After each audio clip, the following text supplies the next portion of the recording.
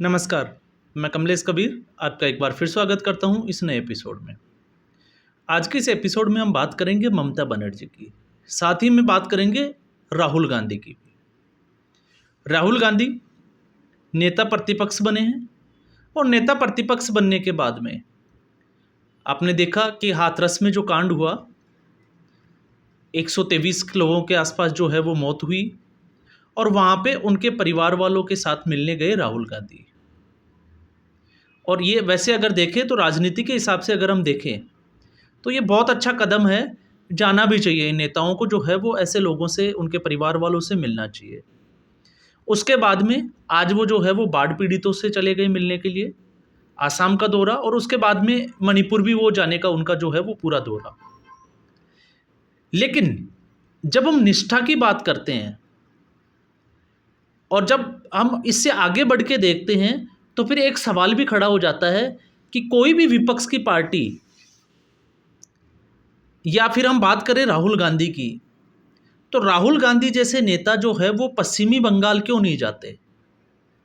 और पश्चिमी बंगाल नहीं जाते तो उसके साथ में मैं एक चीज़ और ऐड ऑन कर देता हूँ। अधीर रंजन चौधरी जो कांग्रेस में पहले नेता प्रतिपक्ष रहे, इस बार हालांकि उनको जो है वो बहरामपुर की सीट से हार का सामना देखना पड़ा। उनके सामने खड़े थे टीएमसी के यूसुफ पठान। लेकिन कांग्रेस पार्टी के जो नेता और कार्यकर्ता, जो पश्चिमी बंगाल की जो इकाई थी, उसमें अधीर रंजन चौधरी को भी मैं शामिल करूंगा। उन्होंने एक बड़ा आरोप लगाया था लोकसभा चुनाव से पहले, जब विपक्षी गठबंधन की बातचीत चल रही थी, सीट शेयरिंग के फॉर्मूले की बात चल रही थी, तब उन्होंने कहा था कि ममता बनर्जी टीएमसी के साथ उनको गठबंधन नहीं करना चाहिए।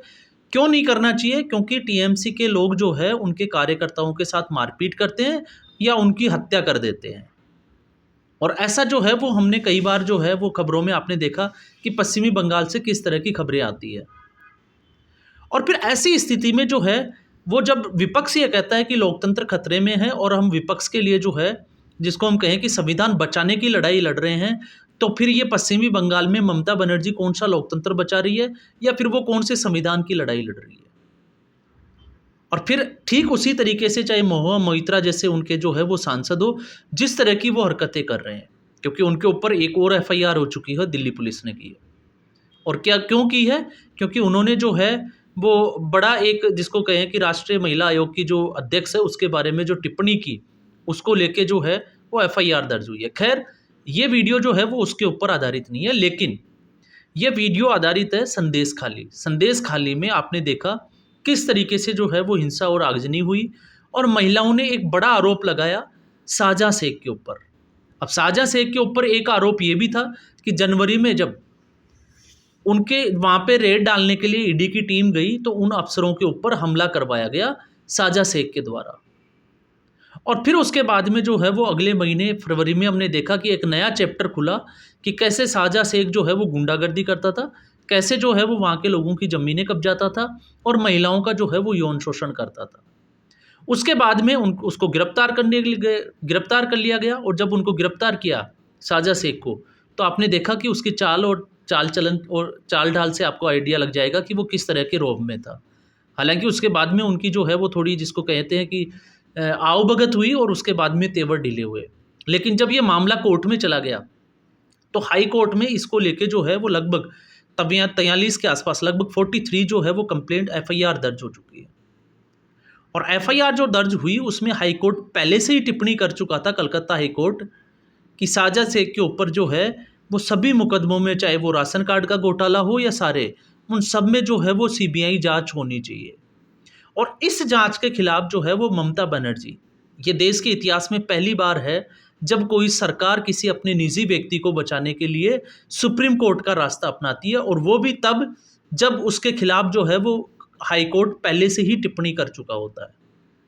और ऐसी स्थिति में आज जिस तरह से सुप्रीम कोर्ट ने हाई कोर्ट के फैसले को बरकरार रखा, ठीक उसी के साथ में जो है वो ममता बनर्जी की सरकार को कड़ी फटकार भी लगाई है।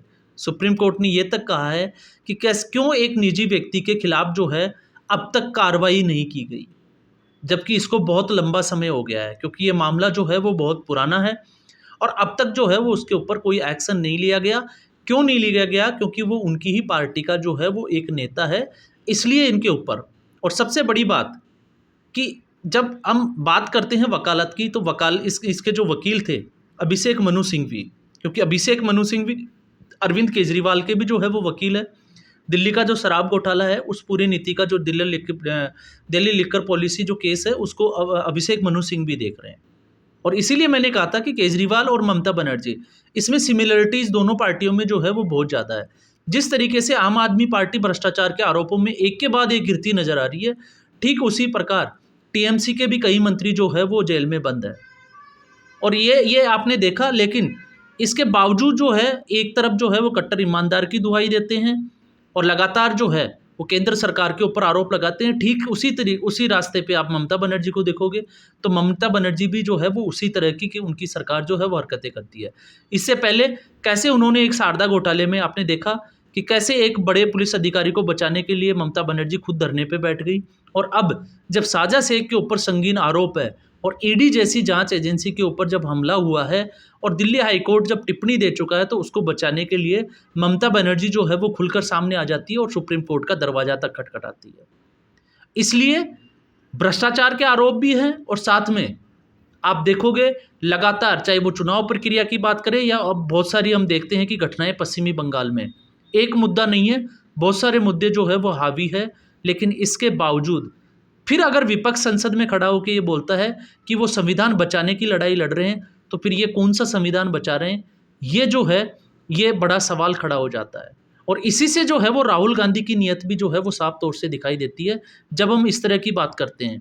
और साथ में एक और इसमें मैं ऐड ऑन करना चाहूँगा कि ठीक जिस तरीके से रवीश कुमार, अभिसार शर्मा, अजय तुंजम जैसे लोग जो है वो विधवा विलाप करते हैं सुबह से शाम तक बैठ के, नरेंद्र मोदी के खिलाफ जो है वो बोलते हैं, तो ऐसे लोग जो है जो मणिपुर पे वीडियो बनाते हैं, लेकिन जब पश्चिमी बंगाल की बात आती है तो फिर वहाँ पे इनकी बोलती जो है वो बंद हो जाती है। और अजीत अंजुम जिस तरीके से जैसे वो उत्तर प्रदेश का दौरा करते हैं, अगर उनमें हिम्मत है तो वो कभी जो है वो पश्चिमी बंगाल का दौरा करें और वहाँ के धरातल पे जो क्या चल रहा है, ग्राउंड लेवल पे जो हिंसा भड़क रही है, उसके ऊपर एक वीडियो बनाएं। शायद उनको जो है वो अंदाज़ा लग जाएगा कि पश्चिमी बंगाल में चल क्या रहा है। लेकिन इनकी जो है वो चूँ तक नहीं निकलती। और क्यों नहीं निकलती उसका अब आपको अंदाज़ा लग गया होगा, क्योंकि जब ये कहते हैं कि दूसरों को गोदी मीडिया, तो इससे बड़ा गोदी मीडिया या गोदी में कौन बैठा है विपक्ष के, आप सोच सकते हो कि इन पत्रकारों का क्या हाल है। और फिर ये कहते हैं अपने आप को कि ये पत्रकार है। ये पत्रकार नहीं है, ये एक राजनीतिक जो है वो एजेंट है, जो अपनी अपनी पार्टियों को जो है वो फॉलो कर रहे हैं, पैसे कमा रहे हैं और लोगों में भ्रम पैदा कर रहे हैं कि वो एक जो है वो सच्ची पत्रकारिता कर रहे हैं। लेकिन सच्चा पत्रकार का काम है कि वो नरेंद्र मोदी को, सरकार को भी कोसे, उसकी आलोचना करें, उसके गलत फैसलों को जो है वो कड़ी आलोचना करें, इसमें कोई बुराई नहीं है। लेकिन जिनके वो तलवे चाट रहे हैं उनके ऊपर भी जो है वो इस तरीके की अगर कोई घटना होती है तो उसके ऊपर खुलकर बोलें, उसके ऊपर खुलकर उसका सामना करें और उसको एक्सपोज करने की कोशिश करें। लेकिन ऐसा जो है वो कहीं भी इनके मनसा जो है वो नज़र ही नहीं आती। अब जब सुप्रीम कोर्ट की हम बात कर रहे हैं कि सुप्रीम कोर्ट, तो सुप्रीम कोर्ट को भी जो है वो इससे आगे बढ़कर, एक कदम आगे बढ़कर जो है अब ऐसी ही पार्टियों के ऊपर, ऐसे ही नेताओं के ऊपर जो है वो स्वतः संज्ञान भी लेना चाहिए और साथ में अगर कोई गलत करता है तो उसको जो है वो कड़ी से कड़ी सज़ा भी देनी चाहिए। अब ऐसा हम इसलिए कह रहे हैं क्योंकि फिर अभिषेक मनु सिंघवी जैसे लोग जो है वो कपिल सिब्बल जैसे लोग हैं, जो कोई भी राष्ट्र विरोधी कोई गतिविधि अगर कोई नेता करता है तो उनके फेवर में उनको डिफेंड करने के लिए जो है वो सुप्रीम कोर्ट के दरवाजे तक आ जाते हैं। और कई मामलों में हमने देखा है, चाहे वो तीस्ता सीतलवाड़ का मामला हो या और भी बहुत सारे मुद्दों में, ये जो है वो अपने मुवक्किल को बचा भी ले जाते हैं।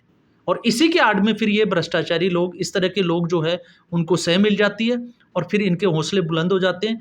तो ये एक के बाद एक जो है वो ऐसे कारनामों का अंदाज जिसको कहें कि ऐसे कारनामे जो है वो करते रहते हैं और फिर आप और हम लोग जो है वो देखते रहते हैं, एक दूसरे के साथ जो है वो बहस करते हैं, एक दूसरे को जो है वो दुहाई देते रहते हैं। लेकिन ये सोचना चाहिए हमें भी और आप लोगों को भी कि हम लोग जो है वो किस तरह से इन लोगों को जस्टिफाई करते हैं, जबकि सुप्रीम कोर्ट फटकार लगा रहा है, दिल्ली हाई कोर्ट फटकार लगा रहा है।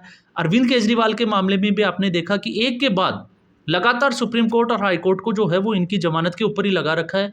एक के बाद एक जो है वो कोर्ट में आपने देखा होगा याचिकाएँ दाखिल कर रखी है और हमेशा हम सुनते हैं कि आज जो है वो इस मामले में सुनवाई है, आज मनीष सिसोदिया की है, आज अरविंद केजरीवाल की है, आज जो है वो विभव कुमार की है, कभी सत्येंद्र जैन की है। लेकिन इनके ऊपर कोर्ट की टिप्पणी भी आ जाती है और फिर 4-5 लोगों का एक झुंड आता है और झुंड आके फिर भी इनको जो है वो डिफेंड करने लग जाता है। तो ये स्थिति जो है वो अब लोगों की भी हो चुकी है।